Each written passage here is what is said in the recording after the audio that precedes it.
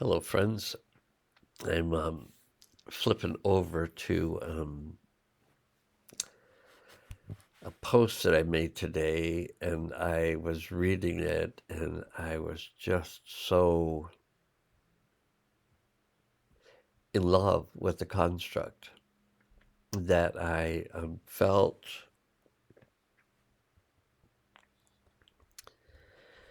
that I wanted to read it out loud, and so I'm going to do so. And this was a post that was written or posted today, and I'm a little congested, so it's going to make it even more interesting. So I wrote, "Hello, friends.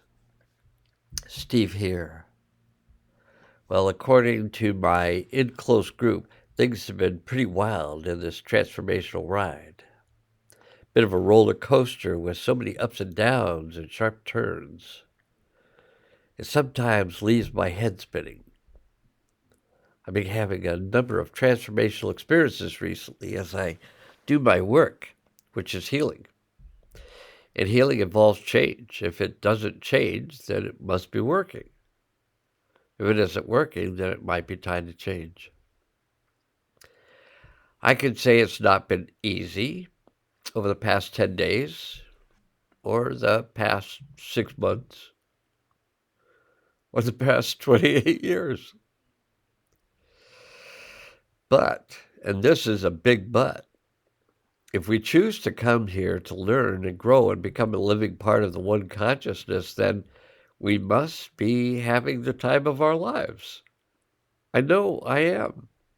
Changing like the seasons, I did an excellent tarot card reading video yesterday. It's not one to necessarily bring comfort, yet in it, the one consciousness gives some direction and possibly hope. I happened to mention that a friend, Debbie, was going to like the video while I was making the video, and I thought it might make her laugh, as she and I have been sharing our struggle bus rides over the past many months.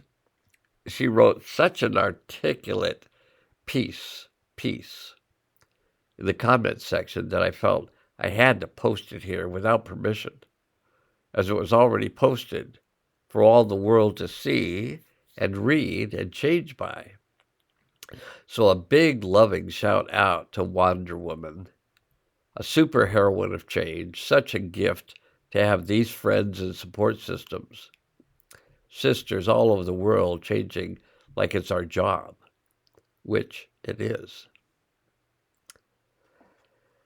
Here she writes, "Ha ha ha ha. Yep, Debbie likes the Knight of Swords. Well, not really, but I do very much resonate with two of the qualities Meg Jones Wall describes: deep fears and mental loops. And then I suppose that some of the warring within myself feels pretty cruel. Now that I have uncovered my subconscious shadows, these last few months in working with a hypnotherapist, I find it difficult to avoid second-guessing every action. I take actions that previously brought no distress whatsoever. I'm hopeful that this will pass as I learn to trust that I'm not beholden to the whims of these energies, now that I am aware of their presence in my psyche. That the danger was in not knowing. The fear still arises sometimes when I'm triggered, and the mental overthinking is the phase I pass through before I let myself breathe myself into a calmer state. Then, and not until then, I'm able to connect with my deep self, to release the story, and then release the energy of the fear."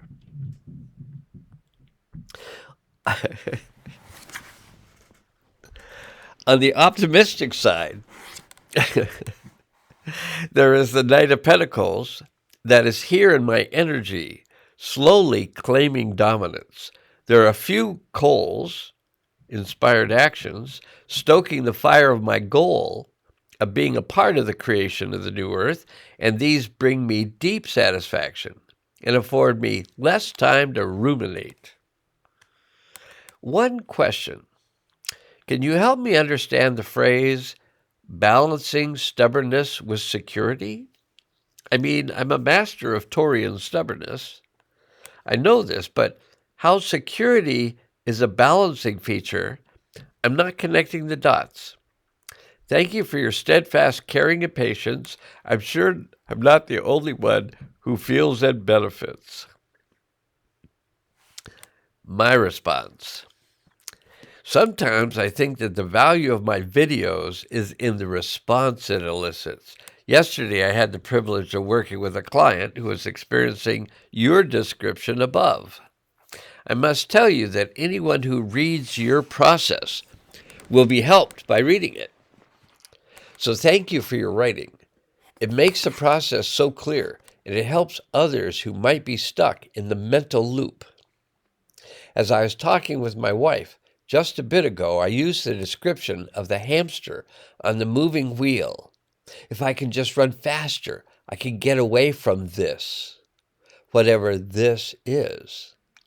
Once we get some nerve system regulation, the calming, possibly peaceful, maybe even a little safe feeling through our breathing, we might realize that what we are trying to run from on the wheel doesn't need to be run from, but embraced in mature, kind, loving energy, self to self. As we realize there is no other, only oneself, holographically expressed through billions of the oneself, experiencing different things based on our ability to be aware and more aware as we love and nurture those parts of ourselves that we might have seen as inner demons. Each little piece of the puzzle we find and accept, and love allows the tapestry to unfold its beautiful picture.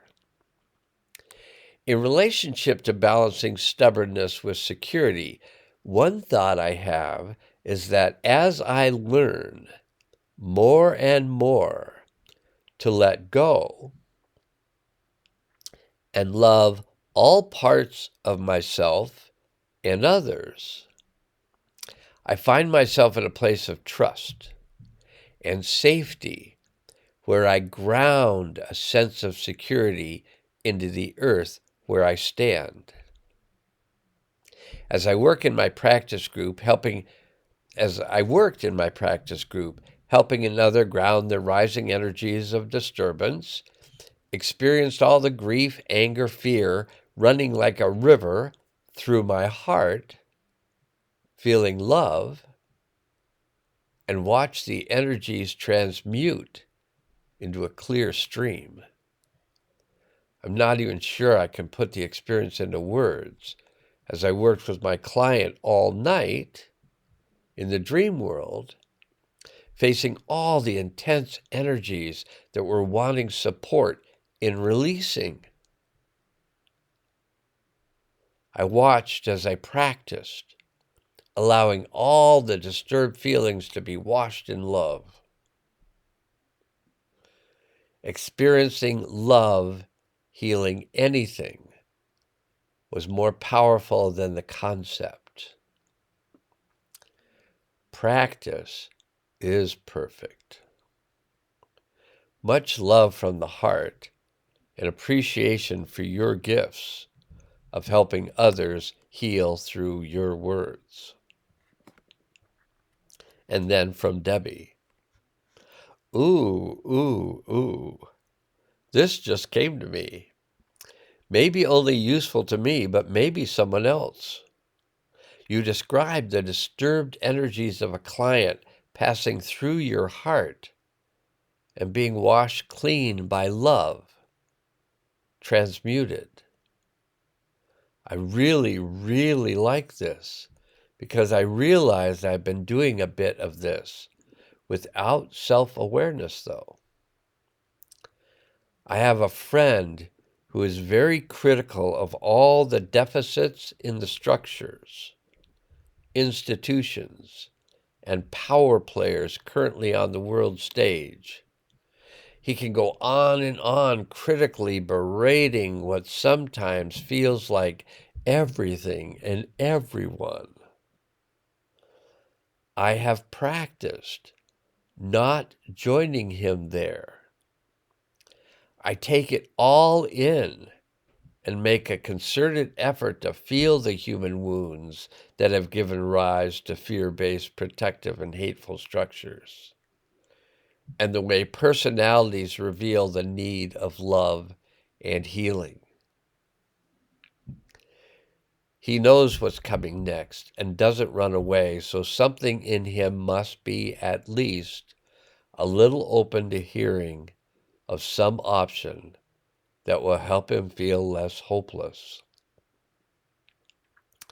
Then I suggest a different perspective and then a difficult challenge to love it all. Not saying to agree, condone, or support what has been shown to destroy us all, but to love, to perceive the need to find responses that begin to clear up some of the murkiness, to resolve, not add more anger and fear-based energy, to transmute. Yes, love is always and in all ways the ultimate answer, isn't it? Easier said than done in some cases, but well worth the practice, methinks. Well,